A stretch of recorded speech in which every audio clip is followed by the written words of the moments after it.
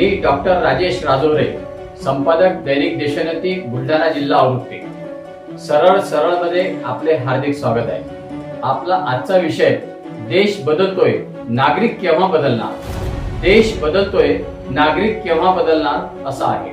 सड़कें नहीं, इमारतें नहीं, हर ओर विकास का शोर है।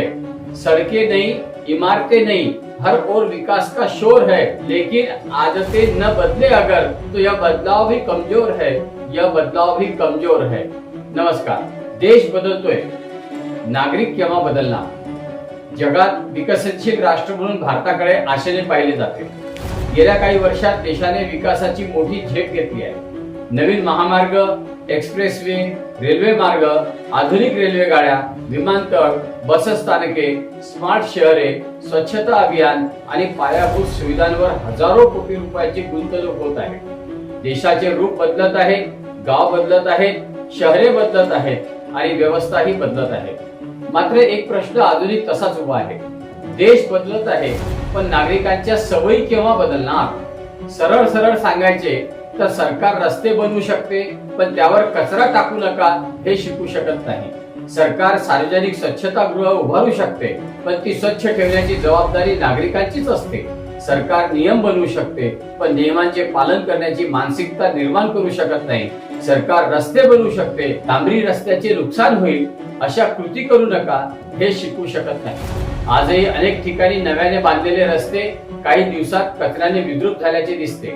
सरकारी कार्यालयांच्या भिंती गुटखा, पान आणि तंबाखूच्या पिचकाऱ्यांनी रंगलेल्या असतात। सार्वजनिक ठिकाणी प्लास्टिक, बाटल्या आणि इतर कचरा फेकणे अनेकांना अजूनही चुकीचे वाटत नाही। ही वस्तुस्थिती आहे आणि ती मान्य करावीच लागेल। भारतातील सर्वात स्वच्छ राज्यांपैकी एक म्हणून मिझोरमचा उल्लेख केला जातो। तेथील नागरिक स्वच्छता ही सरकारी जबाबदारी नसून ती स्वतःची जबाबदारी मानतात। सार्वजनिक ठिकाणे आपलीच आहेत अशी भावना ते जपतात। वाहतुकीचे नियम पाळणे, रस्ते स्वच्छ ठेवणे, इतरांना त्रास होणार नाही याची काळजी घेणे हा त्यांच्या जीवनाचा भाग आहे। काही ठिकाणी तर दुकानदार नसतानाही वस्तू ठेवलेल्या असतात।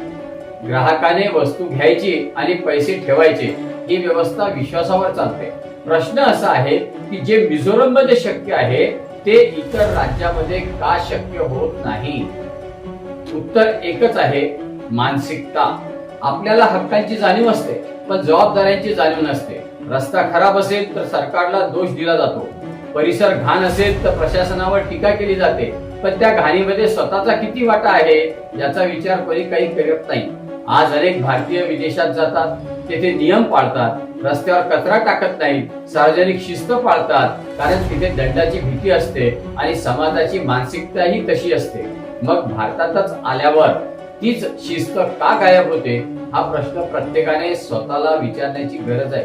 कायदे कितीही कडक केले तरी फक्त दंडाने सवयी बदलत नाहीत। सवयी बदलण्यासाठी मनाची तयारी लागते।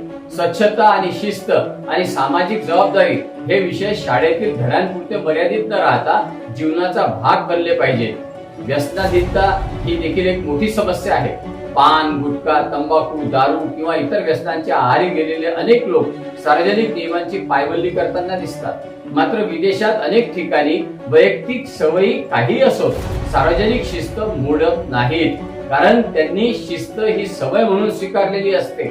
आपल्याकडे मात्र जाऊ द्या ही मानसिकता अनेक समस्या निर्माण करते।